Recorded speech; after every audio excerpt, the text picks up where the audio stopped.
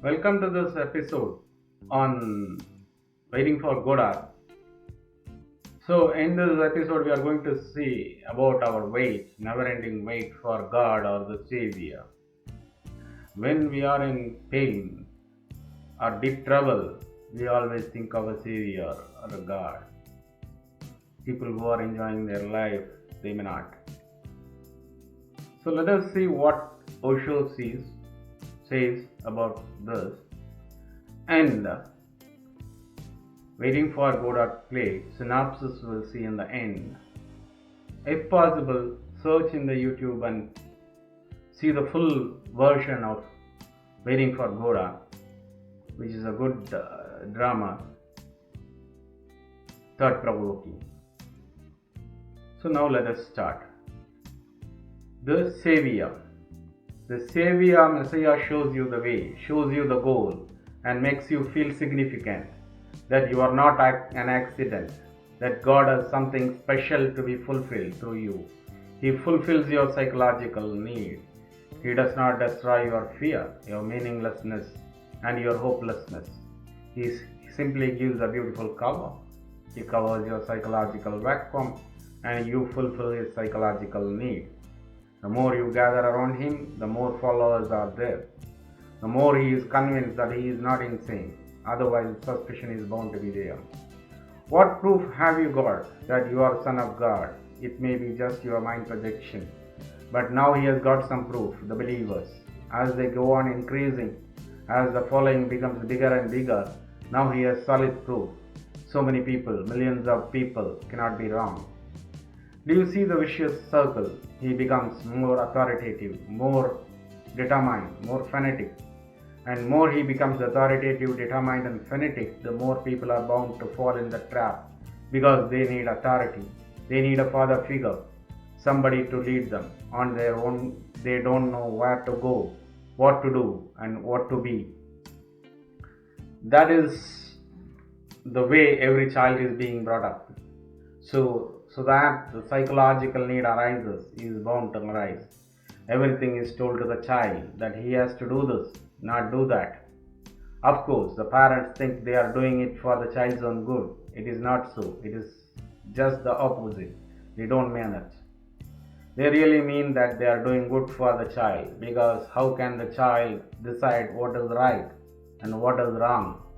So they have to decide, and naturally the child is so small, and in his eyes the father and grandfather are so big, so powerful, so wise, he can believe in them.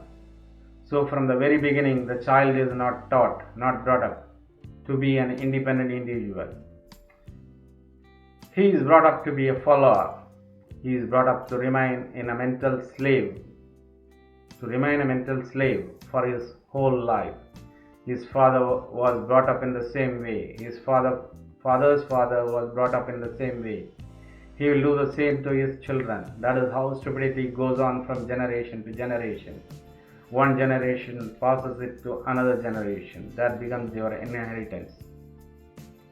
So you are waiting for Godot, somebody who should come and fulfill all your psychological needs. He will be a father, a guide, a philosopher, a wise man, and then you can relax. You need not worry. You need not use your intelligence. You need not use your reason. You can put all your intelligence aside. You can now be blind and follow the Savior, the Messiah. And when you see more and more people are coming, of course, that becomes for you a proof that man must be right. So this is a quote from Osho, from his book Unconsciousness to Consciousness.